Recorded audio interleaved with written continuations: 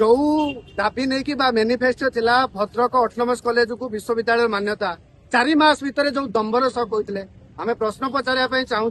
4 मास भितर यूनिवर्सिटी होती कि ना जो कथा कहते भद्रक मेडिकल कॉलेज कथा सेटा होती ना तेणु